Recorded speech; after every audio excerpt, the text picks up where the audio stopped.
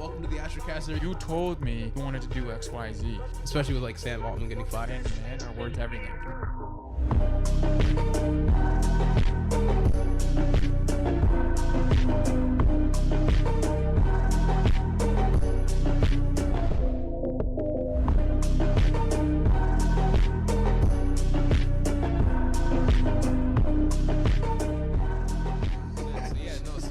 Newsletter we're working on, Prosperity Blueprint. Our first official edition comes out this Monday, the 20th. Really excited for that. It's going to be, it's for those of you who don't know what it is, it's going to be, it's a newsletter in regards to real estate, business, finance. It's like anything happening in the world around those topics, including AI, because AI is in a lot of businesses these days, especially with like Sam Altman getting fired. So it's going to affect, I think it's going to affect business, but it might not. So who knows? People are going to keep using ChatGPT and like the softwares that OpenAI provides anyways. So they're definitely dominating the market in that sense. But yeah, no, so it also covers personal growth. I'm going to have a little tidbit at the bottom of personal growth, just little tips, tricks, mindset hacks that we can include. Nothing fancy. We do our research. Just it's a little something for people who want to wake up on a Monday morning, get a big dose of what's going on in the world. We do plan to eventually start bringing 2 days a week. So Mondays and Thursdays, 2 newsletters a week we plan on pumping out. So, but yeah, we want to grow our following on that. And yeah, that's how we're going to do it. So I think it'd be cool to talk about how we started real quick. What got you into real estate? Dude, I used to drive for Uber Eats, DoorDash, Instacart, and deliver food full time. My cousin Michael got me into real estate. I helped him with a couple projects. I say help, but in reality, I was just learning. I was there. I was a scrub. I didn't know how to like do anything. I didn't know how to put out sheetrock. I barely know how to paint. But I learned some skills, things to help my family. Michael utilized his family for a lot of his projects. So I learned a lot of skills in that nature. Got my real estate license, started selling houses, sold him some houses, learned how to put together an ARV after repair value. Learn how to put together like a budget, a scope, renovations, all that kind of stuff. So I really learned that aspect of it. And then I got addicted to the freedom that real estate can provide you. And the business of it and the business model of it, I think it's really fun. And I think everyone's gonna need somewhere to live. So, and if we can provide exceptional customer service, which I think honestly for our company, which I think we do, which we do our best, certainly. We have like exceptional customer service, like exceptional. Like a lot of landlords won't put their tenants first. We put our tenants first, bro. I like to say, despite the cost, I think that's why Astra has the reputation that it does, small reputation, but that it has the small reputation that it does. So yeah, but that's why I got into it. I skipped like 2 years. After I got into real estate, I started selling houses. Wasn't selling a lot of houses. Tough market here in Connecticut. But I started doing rentals. I got a guy in my agency at the time put me on to another investor named Luke. I started doing leasing for Luke. Some minor, like I tried some maintenance, some minor portfolio, like management, helping with that. Ultimately I fell into the sales department, which was a team of just me and Luke.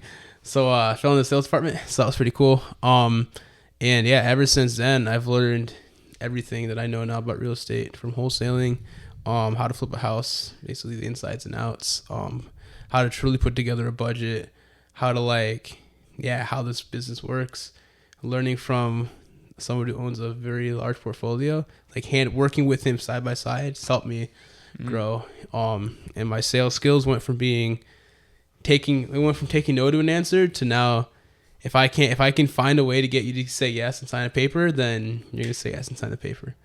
So we'll close. If we can close it, I'll most likely close it.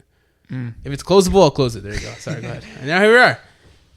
Okay. How about you? And we're back. Part 2. Yeah, right? Okay. So I want to ask some questions about when you started off with Michael. How far back ago was that? And how were you working with Michael at the time? When I started working with Michael, I was I think it was 20. It's 20 years old. 20 or 21. No, I think it was 20. What year was that? It was 2020. That was 2020? Yeah, 2020. Really? Yeah. So not too long ago. No, not too long ago. So yeah, it was before I turned 21. So yes, before I turned 21, I started. Yeah. So yeah, I started doing like minor stuff, like minor maintenance for him if I could, trying to unclog tubs. So I remember one time I went to this place and I poured this stuff down this lady's tub.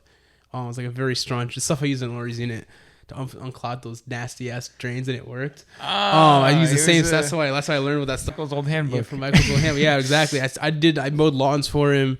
I helped my uncle do stuff, but in reality, the help was just me like either doing what they said that had to be done, like them giving me examples of how to do it, and then me doing it, or just me like watching. What was Michael's job exactly? Michael was a real estate investor. And he was also a loan officer for a company called Cross Country Mortgage. And I don't know why he was still doing it. I think he just didn't want to let it go because it was still like steady income. But now he's just a full-time real estate investor. I learned a lot from him. Very grateful for him taking me under his wing. He's helped me grow the way I did. Do you still talk to him? Oh, of course, all the time.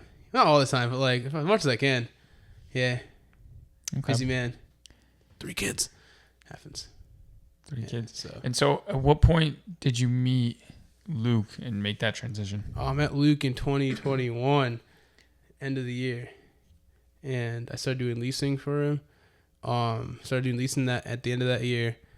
And then I started doing some minor stuff, some minor like portfolio stuff. Then I started doing our storage. We have a storage facility. I started helping with the storage facility.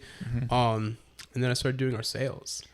And that was early 2022. I started doing that.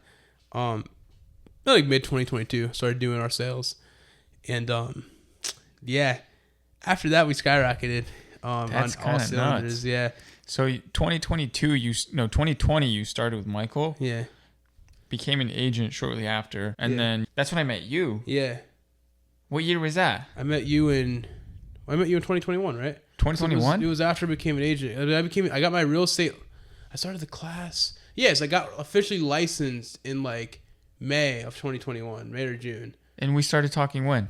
Like in the fall. In the fall. So I remember I closed you before winter, and I needed it because I was fucking broke. So I remember that when that commission cleared, I was like, 2021. Yeah, 2021. So we met 2021. Mm-hmm. That's kind of bizarre, crazy, right? In 2023 now. So I've known you for 2 years. Yeah, 2 years. That's it. It's it. Sometimes people click if you meet somebody and you're feeling them. Sometimes people click. It's like a marriage. We are literally married. Continue. Wow. Yeah. Okay. So time's flying. Yeah. It's crazy how far we've come since then too. Really? Absolutely bizarre. That's not a lot of time. I'm blown away because it feels like it's been years, much longer. Yeah. And why did you agree to help Michael? Was there something beforehand that interested you about houses or real estate? Saw his lifestyle. You saw his lifestyle. Yeah. What about his lifestyle? He's fucking loaded. Okay. Yeah. What stood out to you? No. It's just like the freedom to do what you want. Something that stood out to me is I never want my kids to hear me call somebody boss or have to say I have to go talk to my boss. Wow. I want to take time off. Let me ask my boss. That's not how it works. I'm never going to do that. Thank God. Where did that come from? Just like me being how I am. I don't know. I have trouble taking like an order from somebody. You know what I mean? It's not like saying like I used to like I've like worked jobs. I worked at Target, worked at Starbucks, worked at Kohl's for a little bit. Like literally a day I quit that job. Don't work at Kohl's. Not the move. What's that? This fucking sucked. Share the Excuse secrets. my language. Oh, dude, I didn't learn these secrets. I just disliked it with a passion in my soul. Like, truly disliked that job. Like, I don't know why. It was the environment. It was the people. I was like the youngest one there. Kohl's where? Kohl's in Plainville next Kohl's to AMC. Really? Yeah. I grew up loving that store. Really? Yeah. I'm sorry. Because it was, I just love all sorts of athletic apparel. Facts. And Yeah, it facts. was, a lot of stuff was always on clearance. Yeah. And I'm with it. Their stuff isn't bad. I think it's overpriced, but like 100%. Yeah, like they can lower those prices. The Black Friday sale should literally be the whole store's like price point because like it's not that high quality, but right. But I feel you. I also like shopping there when I was a kid. Because at the time, it feels like it's some of the highest level stuff you can get your hands on. Mm-hmm. It's crazy. Nah, we rock True Classics. Sponsor me, please. True Classics. True Classic. Really? Yeah. That's why it fits so well. Please sponsor me. We need it. Sponsor the Prosperity Blueprint newsletter. The AstraCAST sponsor us. We'll take it. Okay. Yeah. Send us some gear. Send us some gear. We'll rock it. Wear your shirts every single day. That and Fabletics. Fabletics isn't gonna sponsor me, so I'm not gonna say it. Fabletics. Yeah. I've heard of them. Dude, their stuff. I like their quality too. Do you have their stuff? I do. Really? Yeah. How much gear do you have? I like both. I just don't like to wear any like shirts with designs on them. So I just very like bland shirts. Right. A lot of like fucking pillies on me, but. Okay. Yeah. So, what made you want to get in real estate? I think I was 15. Dude. Yeah. I was like mid high school, and it was an accounting teacher. Yeah. In high school that talked about the freedom that comes with understanding your finances. Mm-hmm. And that same semester, the time of life where you're trying to figure out what exactly you're trying to do. Yeah. You're starting to apply for colleges, and you're like, okay, math has always been my strong suit, so I want to do something with numbers. You good at math?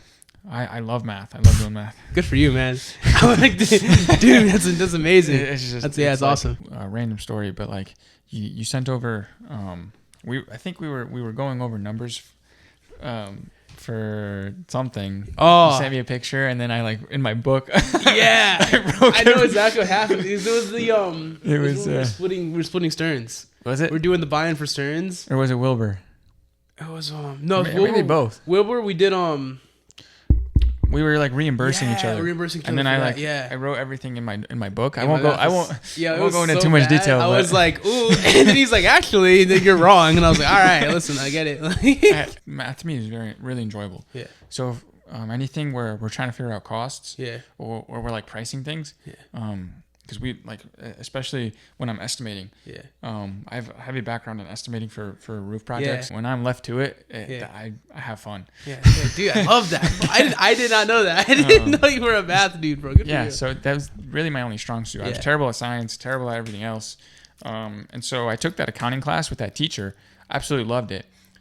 The semester after, I took an entrepreneurship class with a teacher named Miss Boatwright. She sweetest, sassiest, like she was a black lady. Yeah. Loved her. She was my all-time favorite teacher, but she was phenomenal. So I took an entrepreneurship class with her that same semester. I added a marketing class, and then I took I just continued to take in more businessy classes, and I was like, okay, accounting's what I want to do. I'm set on it. Yeah. So at the same time, I had a love for all my woodshop classes, all my woodworking classes, all my tech ed classes. Yeah. I loved working with my hands. So I was like, houses.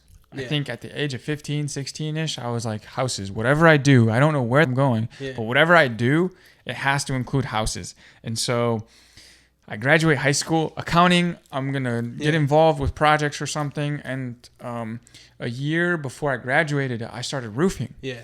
I worked for his roofing company. I started like the day after Thanksgiving. Yeah.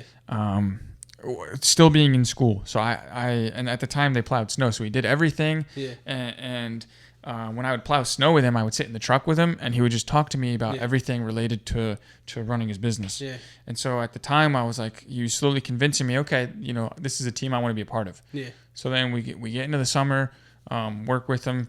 Then I graduate high school. Then I'm like I have a full-time job with him up until I start school, and then I would drop. I would do school, and then I would still do 40 hours working with him, but it would be spread out. Whereas before, over the summer, we were hitting like 60, 70 hours. So lethal. Then I started doing both, and my mind is still set on, in some way, I'm going to get involved with buildings. We're already doing roofs. Yeah. So I'm learning all about the internal structure of building homes, new development, estimating, everything that goes into houses. Yeah. I was just trying to soak in. The year after that, I kind of left with the decision to either drop out of school because it's like really slow. Yeah. Or give an opportunity going full time with this guy. Yeah. And then COVID hit. Yeah. Actually, by the end of my first year in school. Yeah. And when schools opened up again, I went to school for like maybe 2 weeks, and I absolutely dreaded it. I hated it. I dropped out that same semester. Yeah. It was a pain in the ass. Remember when you dropped out? Yeah. It felt like a big moment because I had less than 2 years left. Yeah. And I was like, well... Don't feel bad, bro. I had a class left. I had one chemistry class left, and really? I dropped out. Yeah, Oh, I can't complain then. So I left. I realized that my future there was going to suck. Mm-hmm.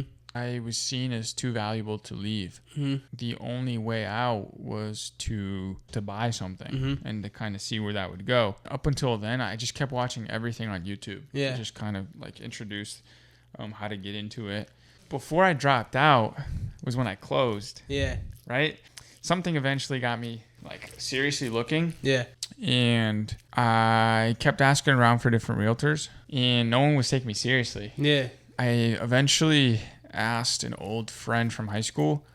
We got together on a random Saturday to play frisbee, and I brought it up if anyone knew of anyone that could help. And one of the twins had said that his aunt was a real estate agent, and he starts hyping her up, and he's like, "Oh, you know, she's based out of Southington. She's one of the best. She won an award, whatever. Yeah. If you need anything, go to her. Yeah. Tell her I sent you." And I was like, "Perfect. Give me her number." Yeah. I reached out, and I think she responded. She's like, "I don't think I can help you, but I think I have somebody who could." Yeah. Right. And that's when she hooked us up. Cake. Yeah. And I didn't reach out to you. I think like late afternoon, you reached out to me. Yeah.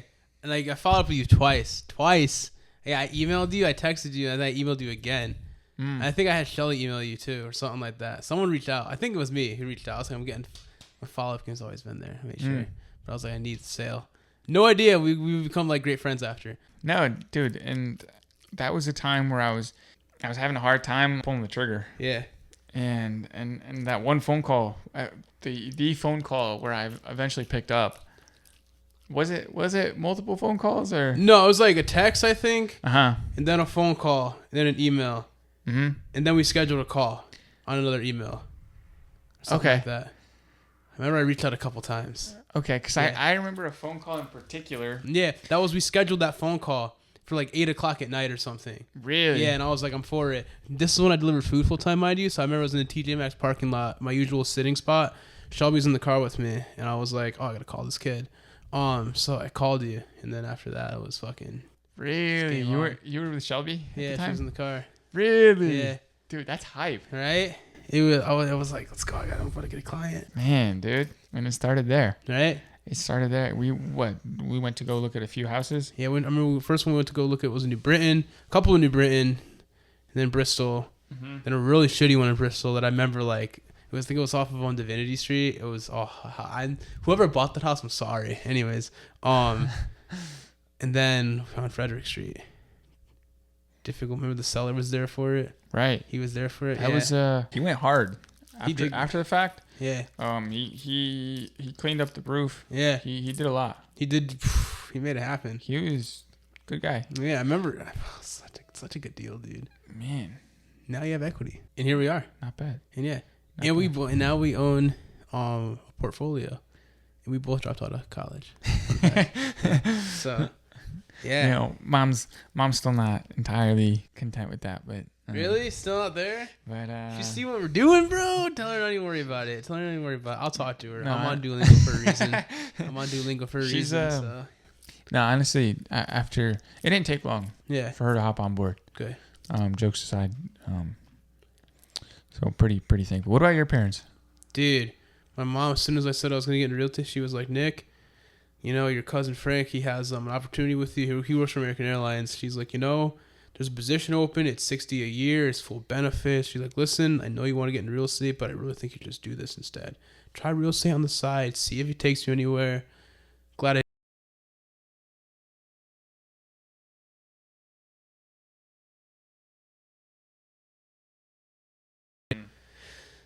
so I thoroughly enjoy like what we do, and the lifestyle of like being like to do your own thing, and to be sitting here now, yeah, in a practice shoot trying to record a podcast. Yeah, crazy, right?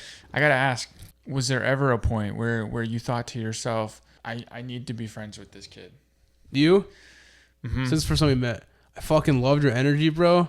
Like, bro, it's the first time. Yeah, I would say like once we started like seeing more houses together, I was like, yeah. Because after we closed, I told Shelby, I was like, I really want to like stay in this dude's life. Like, I think he's a great guy. I was like, we need more friends. I need more friends like this. Cause this is a time when I was like doing my ego death thing. Look into it if you haven't heard of it. I will dive into it in another episode because I think it's a very important segment to talk about anyways. But like, I was like, I didn't have a lot of friends because like all my friends that I had just were like doing fucking shit I didn't want to do. They were being unproductive, like drinking, the whole stereotypical stuff you talk about, right. Like all that stuff. So I was like, I didn't really want to be associated with that. And I already did my spiel, of doing that when I was like younger. So I was like, I don't want to do that anymore. Like I really want to focus up. And then I met you, and I was like, this kid knows what he's doing. Like I want to do business with this guy. I want to be friends with this guy. And so I always I hit you up. I was like, we should hang out. We should go to Panera. We could talk business.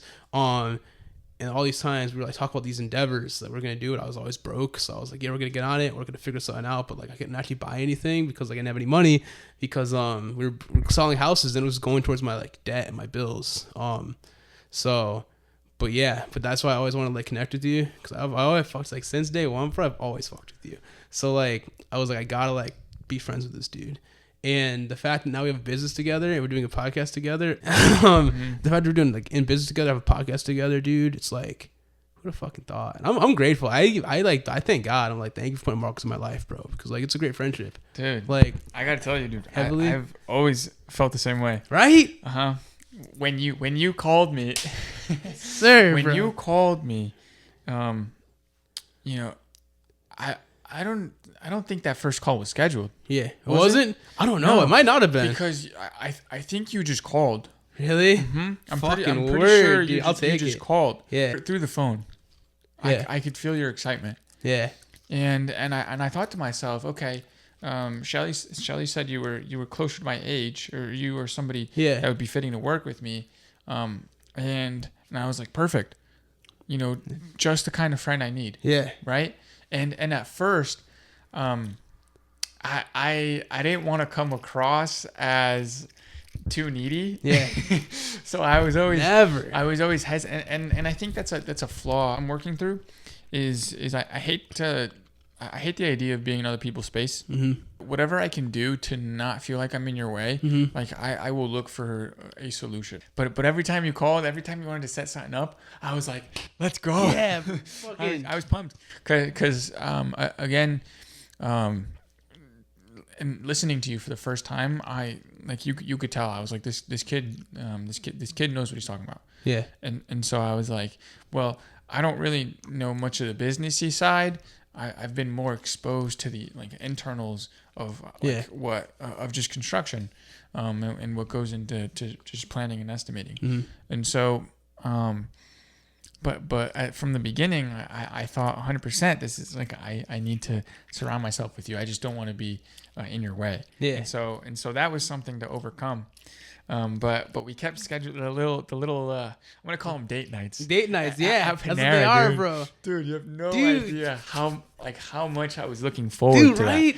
that. Because every time I would listen to you, you overwhelm me with this positivity, and it's and this desire to change, which was something that I have not seen in another human being. I still can't think of someone. I mean, we're getting to know Sheen. Yeah, Sheen's a great guy. Mm-hmm. And that kind of relationship is more something that Sheen kind of looks up to you actually more. Yeah. Right. And so, there are some things I can learn from Sheen, but Sheen is more he seems to be taking that more of like, I'm going to study you approach. Yeah. Which is different because I've never really felt what that feels like. Right. I would talk to my parents about you quite a bit. Yeah. Really? Yeah. And I think that says something because I didn't live with them at the time. Yeah. And so when I did get to see them, we didn't get to talk much. Yeah. But I made sure to mention what we were doing. Dude. What we were talking about. We didn't decide to work together until maybe a year after, no? Yeah. It was... And so... November last year? November or something. Yeah. I think the record is. But up until that point, it was cool having somebody to sort of compete against. Yeah. Because you were going to start your thing, and I was like, okay, like the earning potential on this guy is gonna be nuts, right? So I need to stay sharp, and I need to find something, right, to boost me. And so having that bit of a competitive factor, I think helped a lot. Like stay committed. Yeah. And then at some point, Josh came into the picture. He's a great guy. Great dude. Great dude. Listen, no bad blood. Good friend. He's a great listener. I got to say, he's a great listener. And he's quick to put others before him, at least in the times I've gotten to speak to him, which is something, again, I haven't really been used to. Yeah. Where he's really like thinking about other people. He's really kind of, what comes out of his mouth is sort of comforting. Yeah. And so that's something I really respected about him. But yeah, no, dude, I am spot on everything you said. I'm right with you. It's funny you talked about your parents. I did the same thing, bro. I was like, listen to this dude. Like, we're fucking. That's where Marcus and I are literally married at this point. But yeah, no, I'm with you. It was like, it was friendship was meant to be. I literally meditated too. I was like, listen, I need more. I need someone like somebody. Like, this is the time when I was trying to like link up. But I didn't. It's funny you say you don't want to be annoyed. I didn't want to be annoyed. I didn't want to keep like being like, yo, we should link. I didn't want to be like weird. So like, no, dude, you weren't, dude. I thought I was being the weird one. Right? Yeah, I was in the same boat. I was like, I don't want to fucking keep being like fucking needy or something. But yeah, dude, great minds think alike. No joke. We would meet at what, like 7:00, yeah. 7:30 sometimes, and I'd literally leave the job site in my work gear just to meet you. Yeah, right. Just because we wanted to get it, had to get it in, bro. So had to get it in. What are some of the hardest moments that you think we went through as a group? 100% from the beginning. From the beginning, hardest thing. I think what we conquered was probably the splitting off of the 3-man partnership and just doing the 2 of us. That was a tough conversation to have. That was challenging. And I would say the second most challenging was when we were in your garage and we were broke and looking for ways to not be broke. And I remember Alex Ramosi said it's like called a Death Valley for entrepreneurs or something like that, or like the canyon. It's like that's like step 3 of like where you go on your journey. That's where everyone gives up. And the Valley of Despair, he calls Valley it, no? of Despair. That's what it was. Yeah, Valley of Despair. I remember him saying that, and yeah, I was like, dude, we're just not gonna like fucking give up. We're gonna keep persevering. And like 2 months later, we closed that deal, James Street. So that was a good one. Right. Now we're switching our structure. We're cash flowing finally, more than we were. Finally. Oh god. So many things. Yeah, finally cash flowing. That was a tough moment for us, I'd say. But now we're doing a lot of things. We had the newsletter going on. We're making money. Yeah, we have the marketing agency. We have the AstraCAST. A lot of cool things we're doing. And I'm excited for a lot. So yeah, I'd say those are the hardest things. What would you say? Hardest moments, I think for sure continuing to face the idea that you could go broke with one wrong move. That like kept like nagging at me. Because at that point, I think I had moved my family in to the first floor of Frederick. Yeah. And I moved back in with them to save on costs. I was quick to accumulate a lot of expenses a little quicker than I was able to support them. And so being reminded that, listen, if you fuck up, it's going to sting. It's game over. It's going to sting. So I was starting to get scared for a bit and almost desperate because I was running out of money pretty damn quick. Yeah.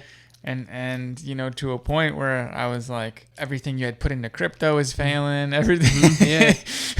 Right? Well, seeing all your numbers dwindle. It's like, holy smokes. It's still something we're slowly overcoming. And I'm allocating as best I can and watching like the other accounts grow.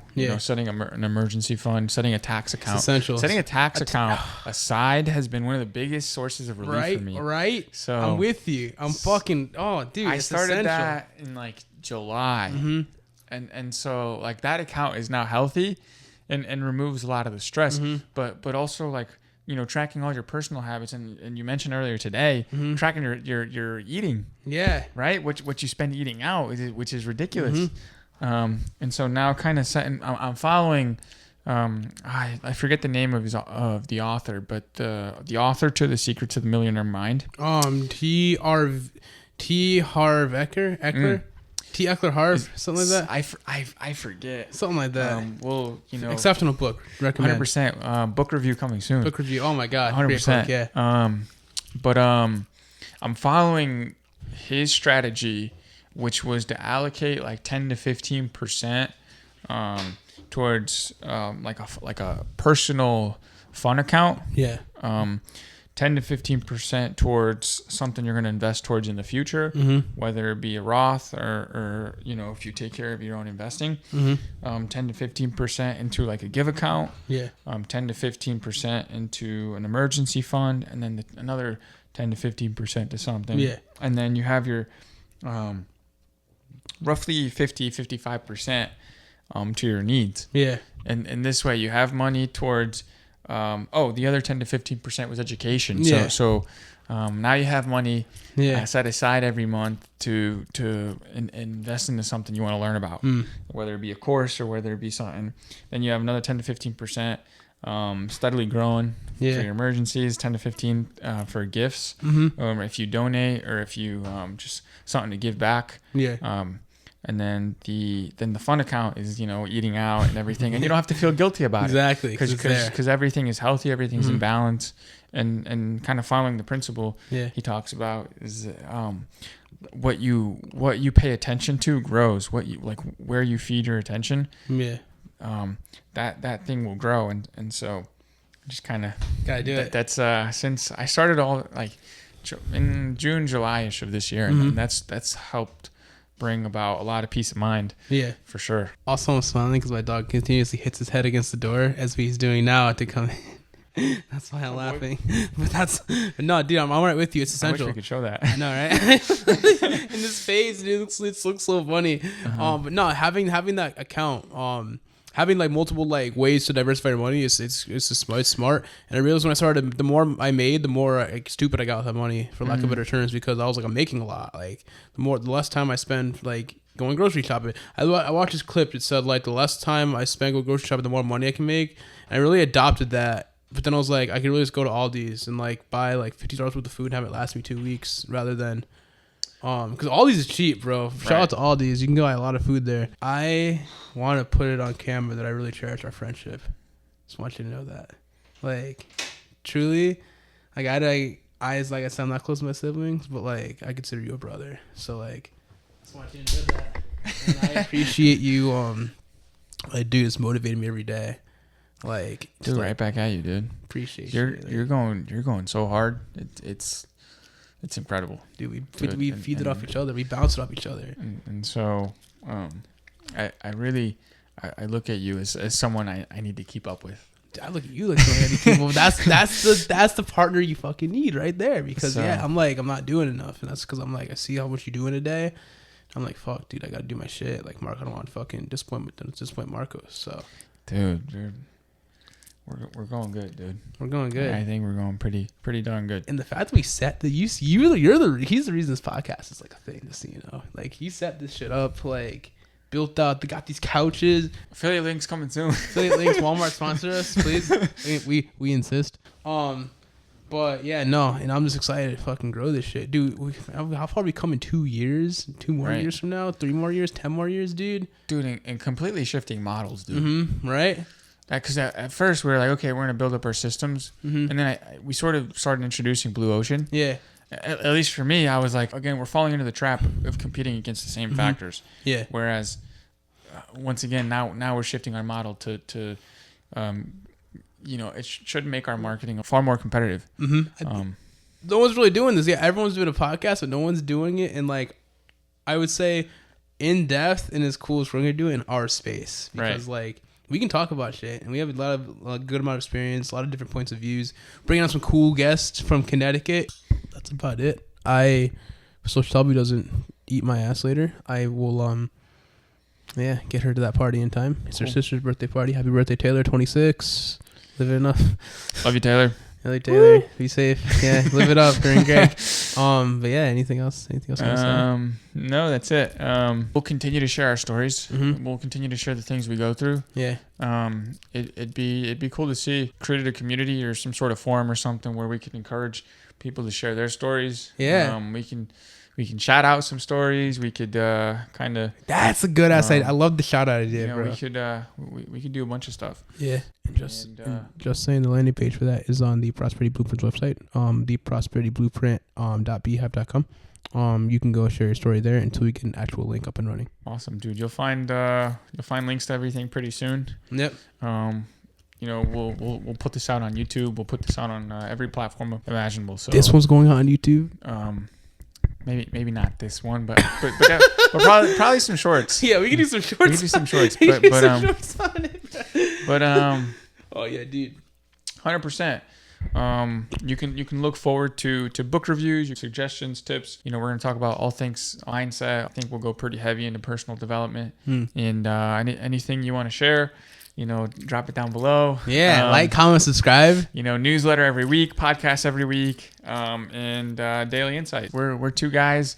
You know, we literally started. We had nothing a couple of years ago. I think we can connect with a lot of people. Sometimes it just takes finding somebody to hold you accountable and say, hey, listen, like, you know, you told me that you wanted to do X, Y, Z. So as your friend, I'm not gonna let you go back on your word because again, like, you know, man to man, our word's everything. It was everything. So, you know, from the bottom of my heart, I appreciate you. I'm gonna continue to say that. Got you, yes, sir. Appreciate you, brother. We're gonna keep getting after what we want. We're gonna keep trying new things. We're gonna be silly, or you know, we're gonna fuck up here and there. But you know what? We're all human. We'll talk about those experiences so that some people listening don't have to go through what we go through. But I think together we're gonna make an impact. So I think we will. Dude. That's it. Astra outro, dude. Sky's the limit, dude. Sky's the limit.